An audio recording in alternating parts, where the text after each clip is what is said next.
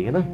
اور ادھر مجھے ایک ضمن حدیث آ گئی, صحیح بخاری اور مسلم میں حدیث ہے, نبی علیہ السلام نے لعنت فرمائی ایسی عورتوں پہ جو مردوں کی مشابہت کریں اور ایسے مردوں پہ جو عورتوں کی مشابہت کریں.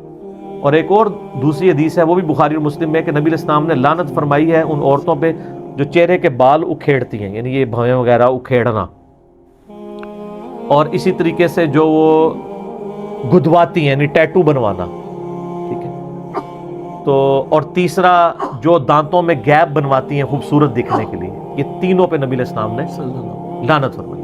اور یہ حدیث بخاری مسلم دونوں میں, بلکہ عبداللہ ابن مسعود کے پاس ایک عورت آئی ہے اور وہ پوچھتی ہے آ کے کہ جی آپ کہتے ہیں کہ جی قرآن میں لکھا ہوا ہے کہ لعنت ہے ایسی عورتوں کے اوپر جو یہ تین کام کریں.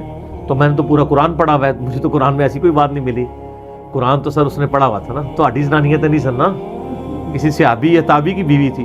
تو انہوں نے کہا تو نے قرآن غور سے پڑھا؟ ان کا ہاں. تو ان کے قرآن میں لکھا نہیں ہوا وما آتاکم الرسول فخذوہ, جو رسول اللہ دیں وہ لے لو, جس سے منع کریں اس کو چھوڑ. کہا یہ میں نے پڑھا ہے.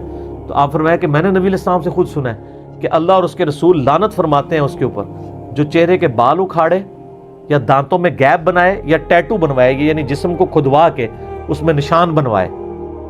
یہ یعنی افریقن ملکوں میں زیادہ تر یہ کام کیا جاتا ہے.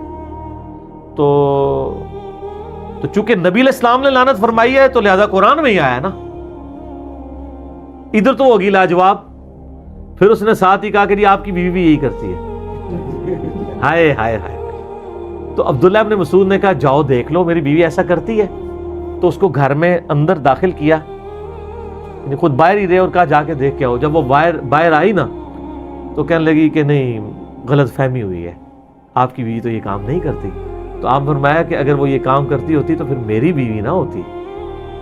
سر یہ صحابہ کرام کے لیے اللہ از دا ٹاپ پرائرٹی تھی. یہاں پہ لوگ خامد کہتے ہیں نہیں بس بیوی پہ زور ہی نہیں چلتا, کیا کریں, بڑی کوشش کی ہے پردہ کروانے کی. تو سر عبداللہ ابن مسعود نے کہا ہے نا پھر ایسی بیوی آپ کی بیوی نہیں ہونی چاہیے. تو لیکن اس میں غلو والا معاملہ بھی نہیں ہونا چاہیے. بعض لوگ یعنی وہ پہلی رات سے ہی تہجد پڑھوانے کی کوشش کر دیتے ہیں, ایسا بھی مسئلہ نہیں ہونا چاہیے. آپ فرائض کے اوپر پابندی والی بات کریں, آہستہ آہستہ یعنی چینج آتی ہے, ایک دم نہیں آتی چینج.